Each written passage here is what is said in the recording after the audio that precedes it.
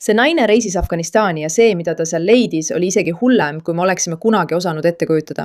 Sealne olukord on täiesti lootusetu. Ja kui ta üritab lahkuda, muutub olukord veelgi keerulisemaks. Sealhulgas üritab Taliban temaga ühendust võtta, kui tal lõpuks õnnestub välja pääseda. Olge valmis kõik, see lugu on tõeliselt südantlõhestav. Paljud reisiblogijate videod, eriti meeste omad, kes lähevad Afganistani ja istuvad Talibani liikmetega maha, kujutavad olukorda nii, nagu lääne meedia oleks teile valetanud. See on see, milline Taliban tegelikult on. Nad polegi nii halvad. Ma reisisin Afganistani. Oleme inimene, kes oskab kriitiliselt mõelda. Olen ka naine. Ja see on see, milline see tegelikult oli. Kui ma esimest korda Afganistani jõudsin, ärkasin Kabulis üles ja läksin õue, vaatasin ringi ja mul tekkis selline mõte. Ja see mõte oli, see on kõige hullem võimalik olukord. Pole hea nii mõelda.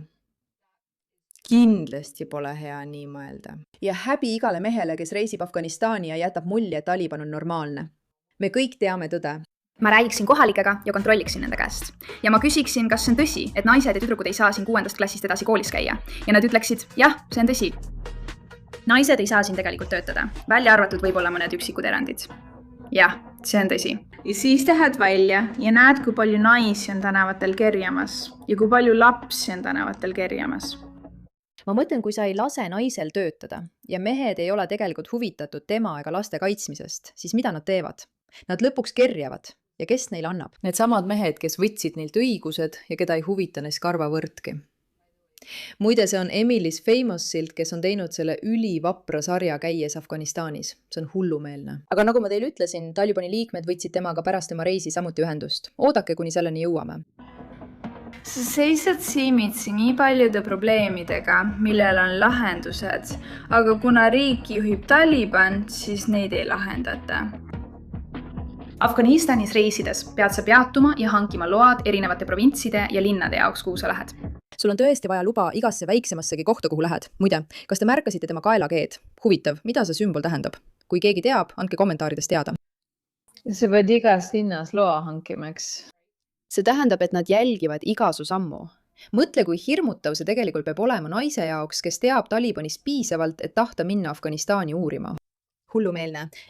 Kui sa seda teed, annad neile oma passiandmed, telefoninumbri, e-posti aadressi ja nii edasi. Niipea kui ma Afganistanist lahkusin, hakkas mu telefon Talibanit sõnumeid saama. Ja ma arvan, et see lihtsalt näitab, kui kuradi kasutud ja põhimõttelagedad nad on. Ma mõtlen, see sama Taliban, kes naisi piirab, sest see on nii sobimatu. Saadab talle südameid ja armastussõnumeid pärast seda, kui ta lahkub, eks. Sellel pole mitte mingit pistmist religiooni ega pühadusega. See on täiesti jälg Afganistani allutamine šariaadi seadusele, mis on taas lihtsalt poliitiline liikumine, mis püüab meeste ja nende päevakava edasi suruda, et nad saaksid käituda täpselt nii, nagu ise tahavad. Ja keegi ei tõmba neid sellest välja ega võta neid vastutusele. Nii surutakse naised maha, teeseldes, et ollakse nii vagad ja õiglased. Tegelikult ei huvita neid vagadus. Neid huvitab kontroll. Olgu see siis kontroll naiste või teiste rahvuste üle.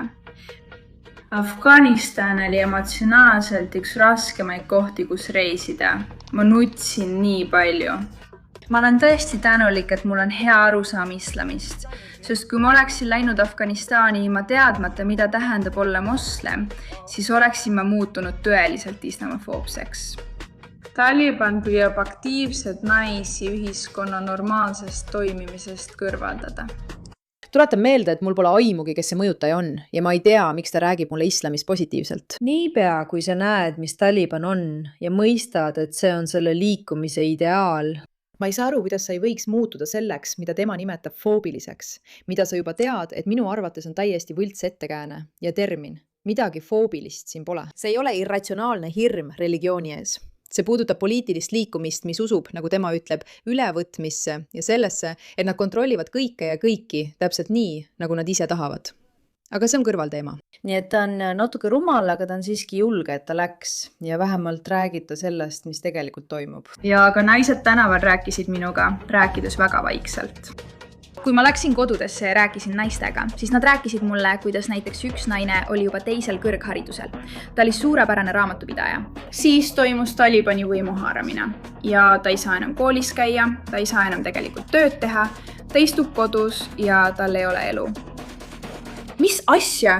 kõik need mehed, kes lähevad Afganistani ja teevad sellist propagandalaadset sisu, nagu lääne meedia lihtsalt valetaks. Nad kõik valetavad. Minge kuradile. See Talib, kellel on Bay Area aktsent, ei ole tegelikult Talib. Ta on diasporaa liige, kes nägi ärivõimalust, kui Taliban kukkus. Ja nüüd saab ta rikkaks. Lihtne Taliban, lihtsalt teesklus. Kui tal on võimalus igal hetkel lahkuda, siis mine kuradile. Tõesti hea dokumentaalfilm, mida soovitaksin kõigil vaadata, on ainult umbes 15 minutit pikk ja selle nimi on Nations That Fail, Women Fail. Ma näen palju. Inimesi, okei, vaatame seda. Järgmises videos vaatame seda. Muide, ta teeb selles videos veel rohkem. Vaatame. Ja tal on täiesti õigus. Mehed teesklevad, see on täiesti vastike jälk.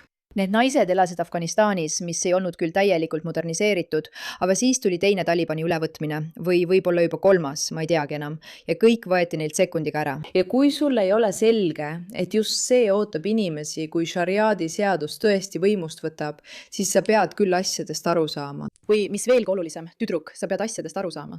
Ma arvan, et üks suurimaid asju on lihtsalt teadmine, et valitsus täiesti soosib seda. Ja nad eelistavad pigem sellist vaesuse ja viletsuse taset kui haritud naisi. Ja. Ja aastaga tundub, et need arvamused juurduvad aina rohkem, eks. Ma arvan, et üks suurimaid asju on lihtsalt teadmine, et valitsus on. Ma mõtlen, sa vaatad linna ja see on vastik. Sellisena. See on jälk ja näeb välja õnnetu ning kohutav. Mul on väga kallis sõber Afganistanist, kes käis hiljuti seal külas. Küsisin, kuidas oli ja ta ütles, et linn nutab. Sa saad aru, et see on kurb. Ma arvan, et see stseen tabab täpselt seda, mida ta mõtles. Ja ma ei hakka valetama, ma olen temaga nõus. Nagu, mis? Mis? Milline täiesti kohutav kogemus seda läbi elada ja näha, mis tegelikult toimub. Muide, kui nad üritasid Afganistanist lahkuda, vaata, mis juhtus. Saad Usbekistani viisavabalt sisse. Ja see tähendab, et täna, kui me lahkume Afganistanist, ei teki mul mingeid probleeme.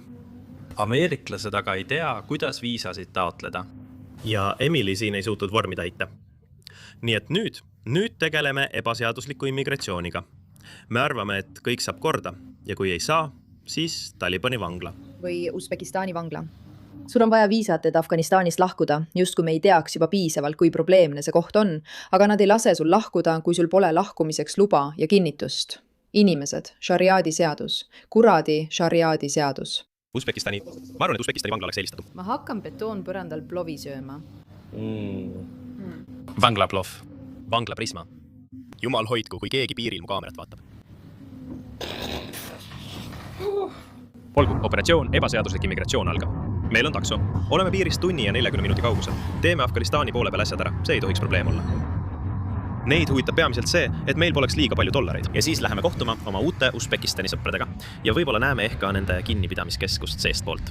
Ei jõua ära oodata. Tippfilm. Ma mõtlen, nad naeratasid küll, aga ausalt öeldes ei taha sa tõesti Talibani poolt arreteeritud saada. Auguses näeme nüüd Usbekistani. Ja lihtsalt neid kõrghooneid kauguses vaadates tundub kõik natuke ebareaalne pärast viimast 3 nädalat, mis möödusid, ütleme nii, mitte kõrghoonetes. Tõotatud maa pole enam kaugel. Oleks kahju, kui sul poleks viisat. Üks Talibani meestest, kellega me just kohtusime, küsis, kas me räägime Inglismaal inglise keelt. Nii et see on tore. See läheb suurepäraselt, see on õige.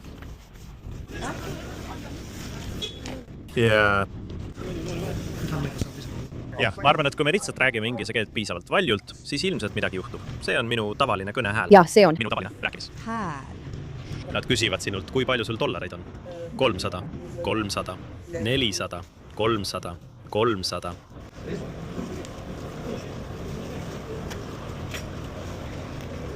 Õige, kui sa teed seda, siis sul on see olemas. 3, et saada 200, kõik 4, kõik 100, see, kes nii sai.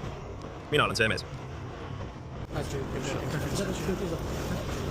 Siit kaudu, jah, okei, aitäh. Okei, nii et kõigil on oma ligipääsu rakendused olemas. Me oleme Afganistanist tehniliselt lahkunud. Me liigume mööda vana nõukogude sõpruse teed. Igatahes siin see on. Sellist vlogi ma kavatsengi teha, natuke igav, aga see ongi mõte. Mõte on selles, et lahkumine ei ole lihtne. Sul on vaja lube ja sa pead mõistma, et need riigid, mis elavad selle all, on kohutavas olukorras. Saadan palju armastust ja häid mõtteid nendele naistele, kes olid kunagi vabad, aga enam ei ole ja loodan, et see ei saa olema ühiskonna tulevik. Aitäh, et sellele teemale tähelepanu pöörasite. Tere, kallid sõbrad, mina olen Meira Ka, The Pushbacki saatejuht ja ma olen väga tänulik, et te siin olete. Nagu te kõik teate, oleme me missioonil, et luua vastupanu. Veebipõhine liikumine, mis muudab meedias praegu valitsevat tooni ja kaitseb läänt nende asjade eest, mis vajavad kaitsmist. Ja me püüame seda teha iseseisvalt. Kui soovite meiega reklaamida, siis kirjutage meile aadressil info@meirak.com.